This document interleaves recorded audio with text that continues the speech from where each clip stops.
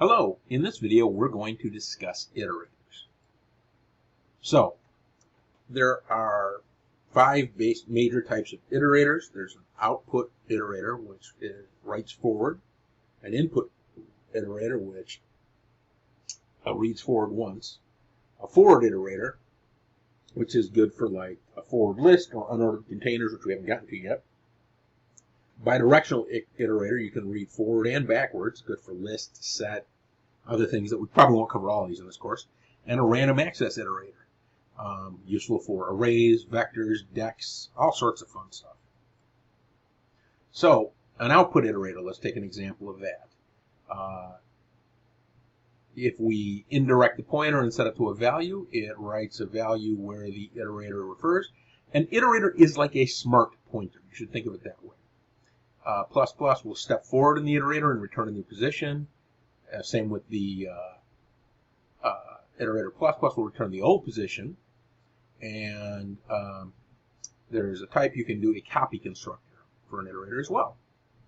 So let's take a very simple example. Here we include iterator, and we define our vector. And for each item in our vector, we push I times 10 into the back. Then we define our iterator, an O-stream iterator, out, IT is what we'll call it, and we're going to make it reference count and have it output a comma following each item. Then we're going to take our vector and copy it into the copy the values from the vector into the iterator, which will cause the iterator to execute. And it will execute this particular piece of code, and it will then output it like this. An input iterator does something somewhat similar. Well, not really similar, but similar in the reverse direction. So we're going to get an end of stream iterator, and then a standard in iterator, and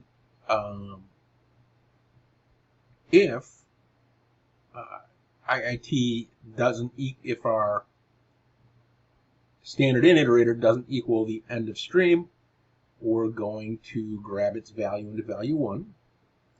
And we're going to go to the next one and similarly grab value 2. Now, what we do here, we count value 1 and value 2, value 1 times value 2, and basically it will step along and receive the information. So now we're going to talk briefly about the forward iterator. We've seen this one before.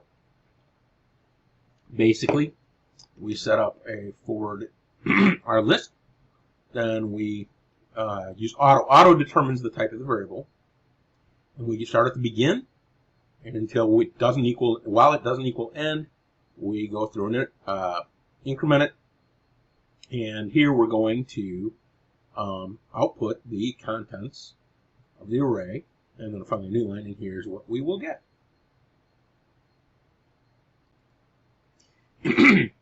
Now we're going to discuss a bidirectional iterator, similar to a forward iterator, but minus steps backwards, etc.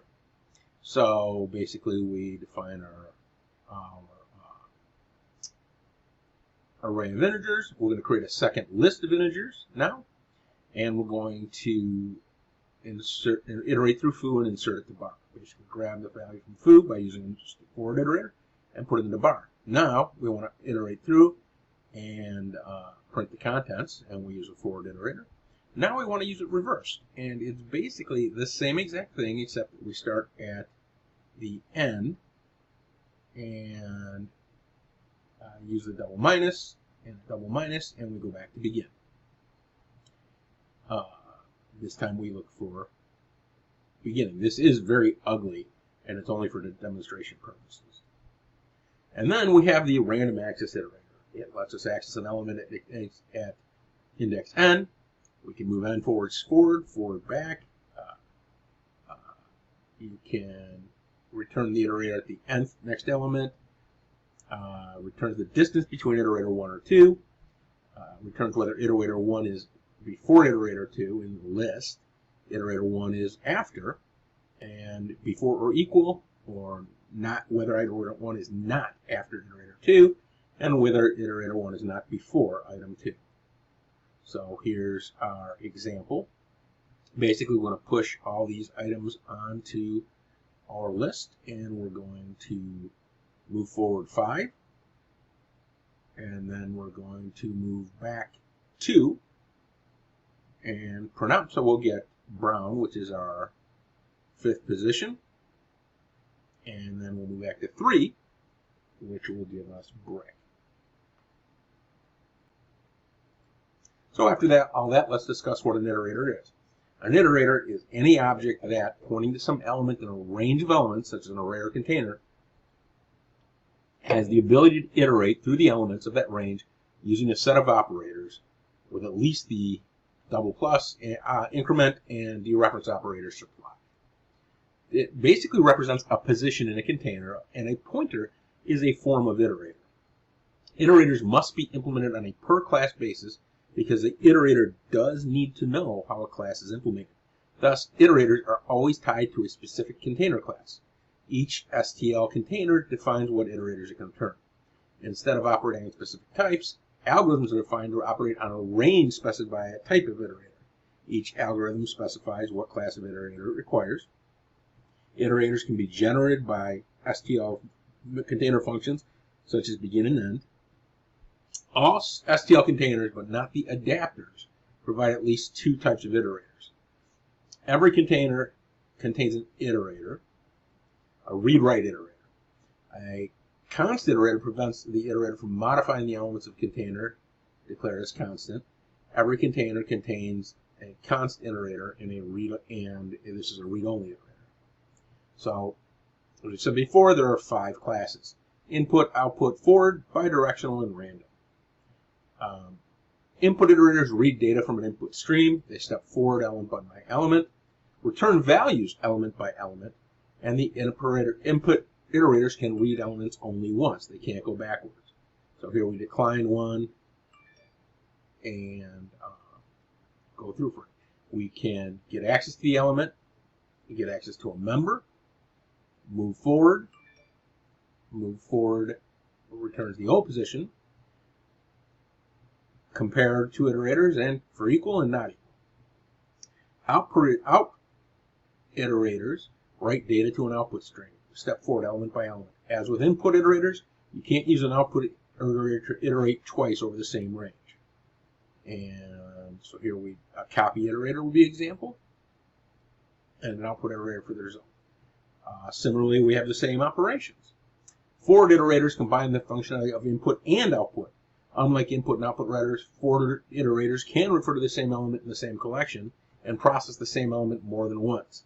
It can be used in multi-pass algorithms. So binary search would take a forward iterator, for example.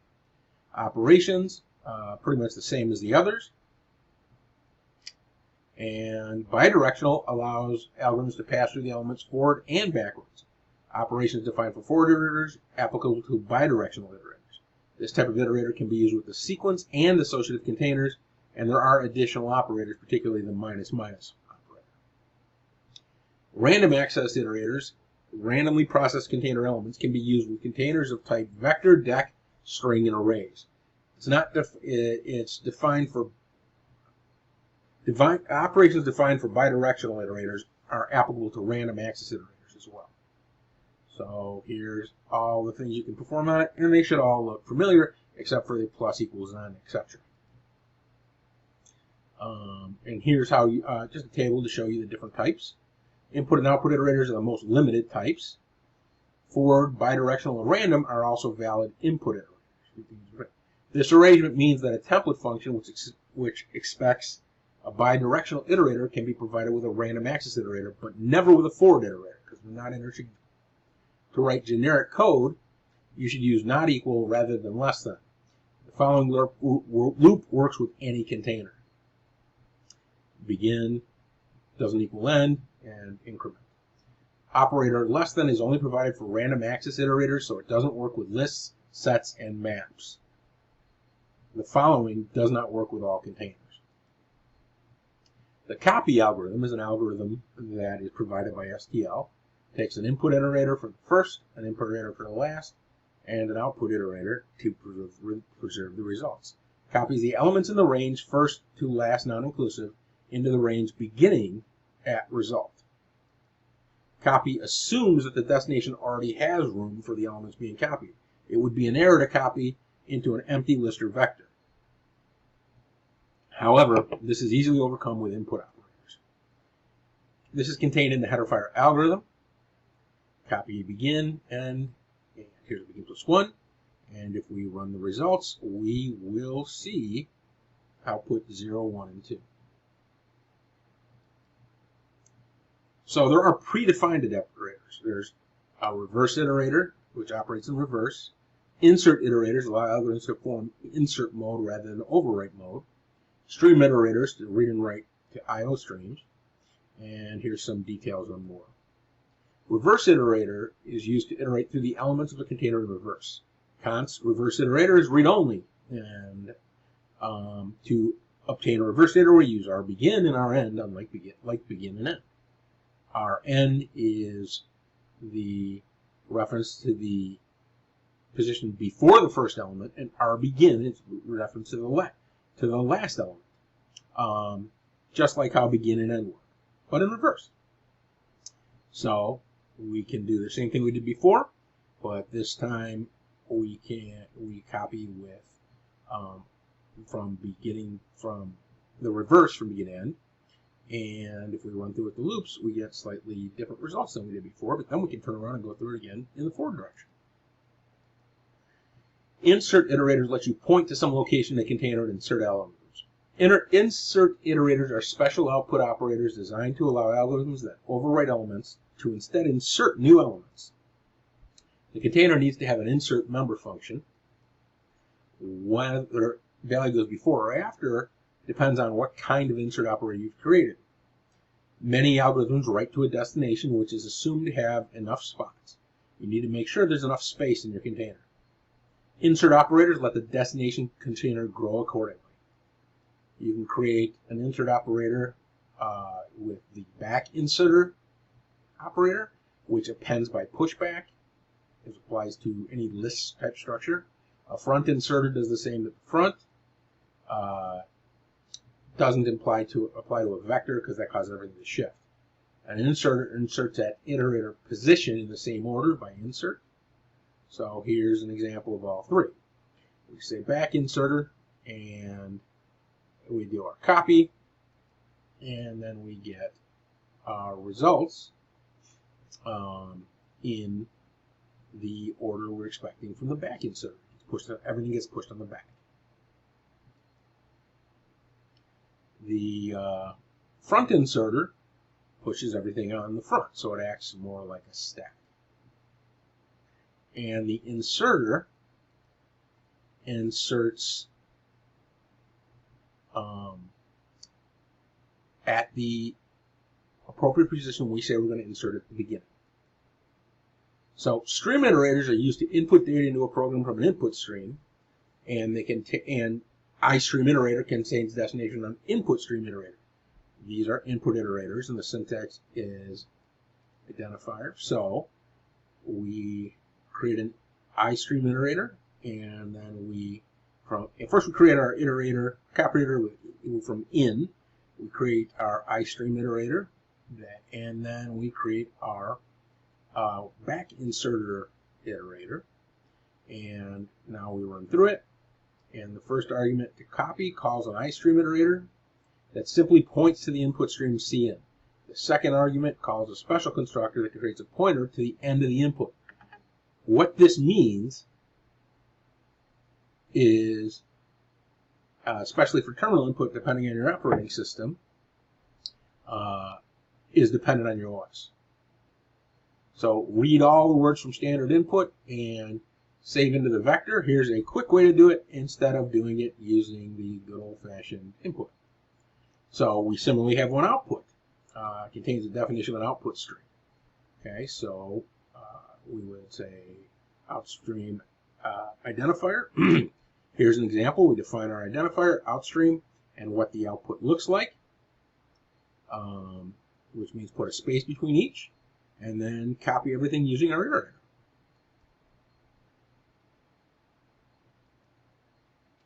A pair treats two values as a single unit, and it's a struct type. It's found in utility.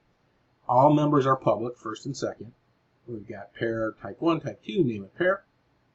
So, and there's a make pair function as well, which takes two values. Constructs a pair object with its first element set to X and second to Y. Sounds like a basic constructor, but we don't use it because it's a struct. So here we create a light bulb. We say we got first a string and a double. We set the values. We copy it from another one. So we can have two iterators paired. And it compares the elements in the first range with those in the element range, and returns a pair of iterators to the first elements in each range that doesn't match. Okay? And here's that example. Equal range returns the bounds of the subrange that includes all the elements of the range with values equivalent to that. So we run through, return a pair of objects whose member pair first is an iterator to the lower bound, and pair second is its upper bound. So here we have this iterator, and we sort it, so we get a sorted array, and we get the bounds at the first position, and return bounds is a range that has two, or a pair that has a begin and an end for the lower bound and upper bound of the range, and it will output as follows. Distance returns the distance between two iterators. Here's a quick code example for that. And there are other iterators. We can use the fill algorithm to iterate from first to last and fill it in with a value. Fill in assigns a value to n elements of the sequence. Generate n, and so forth.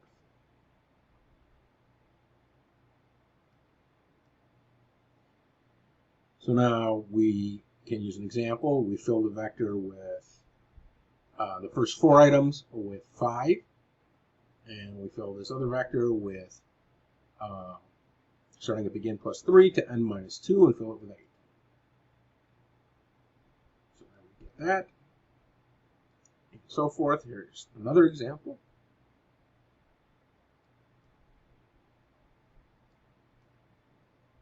And here's generate. Generates a unique number, which makes it where you can't have duplicates. And here's an example of equal used to determine if the sequence is or is not equal. Woo, that was a lot to take in, huh? Iterators are very powerful and very usable. You should try all sorts of different combinations, and they give you expressive power in building algorithms. That's quite helpful.